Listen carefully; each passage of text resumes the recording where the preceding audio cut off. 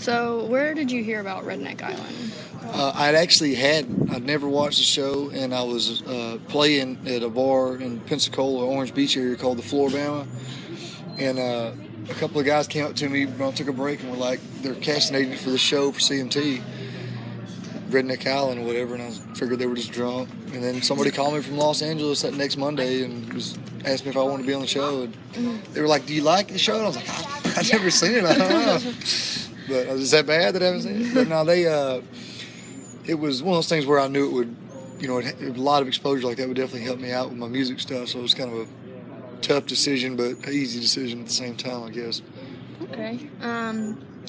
And with Redneck Island, how were the tryouts? I mean, you were approached, so did you have to do anything? Yeah, I assume that people that sent in resumes or whatever you would do probably had a little bit more of a strenuous time getting on the show than I did. I really just kind of told them that I would consider doing it, and then 4 or 5 months later or whatever, they stay in touch every once in a while. They just said, "Here's your itinerary, and this is when your plane leaves out." So I didn't really have to do anything other than a Skype interview. Okay. I did one of those, but it was pretty easy.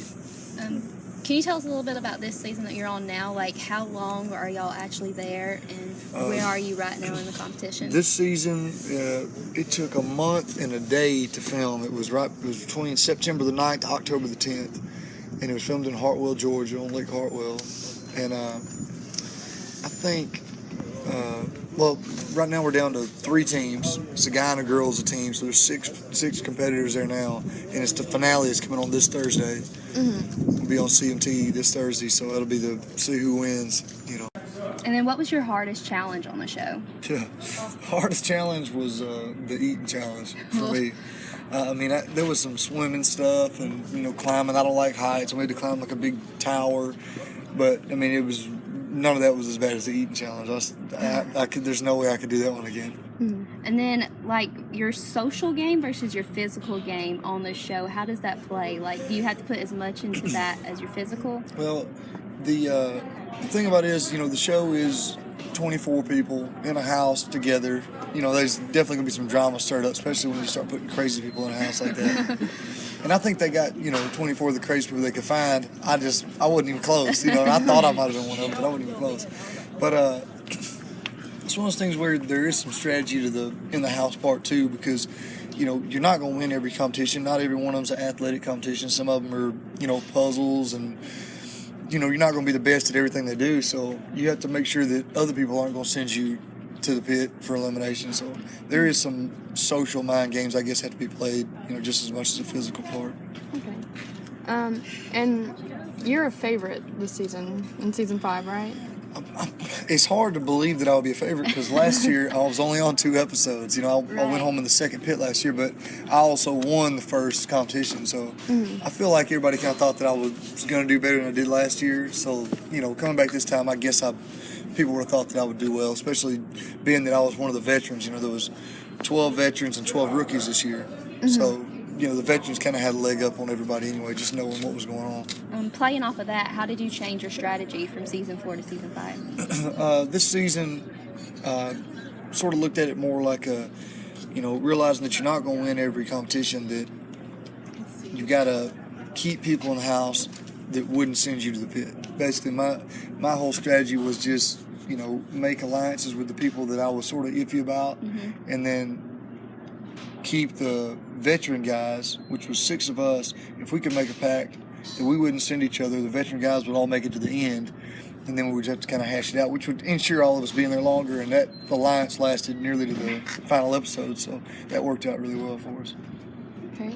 And can you tell us something that happened behind the scenes that people watching don't get to see? Behind the scenes, there was probably a lot of behind the scenes stuff that people didn't get to see from the episode we went to the yacht club. I feel like everybody kind of let loose down there. They had a free bar, and we just hadn't been out of the house in a month, so they went to the yacht club, and everybody got a little bit right down there that night. So I feel like there's probably a lot of behind the scenes then. But as far as what people don't understand about the show is how much work goes into making an episode. And there's 100 people on staff at all times. And it's just everything we do that's 5 minutes on TV probably took 2 hours, to film. So it's that part of it I actually enjoyed, seeing what goes into making a show like that. That was really neat. And then, is there anything about the finale coming up that you're allowed to like give us like a sneak peek about? Well, there's actually a sneak peek video which will be on Redneck Island's Facebook page and probably on CMT.com, and it was there was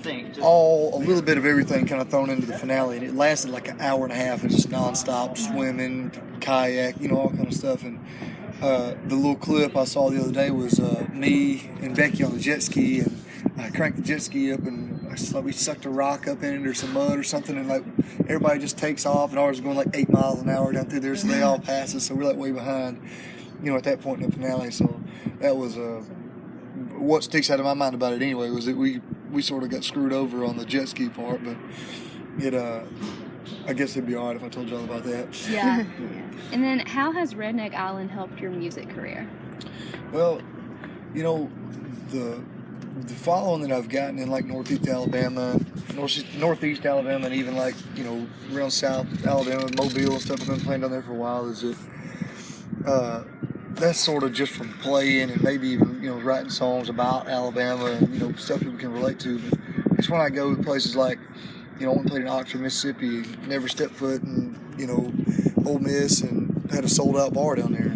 I'm like, what's the deal? I was asking the owner, like, what's going on? He said, man, everybody said the guy from Redneck Island was coming, So it's really more not people from the South or even, Alabama. It's people all over the place kind of recognize me, or even someone, because nowadays people see you on TV or something and they look you up. The first thing they do is Google you or look you up on Facebook or Instagram or whatever. So, if there's a picture of me holding a guitar on one of them, maybe somebody goes, hey, that guy plays. And then maybe they look up my music. Maybe 1 out of 10 people download a song. So it definitely helps. It's just, every week there's probably that many more thousands of people that flip through and accidentally watch the show, even if they don't watch it and keep up with it. So it's definitely a really good benefit to me.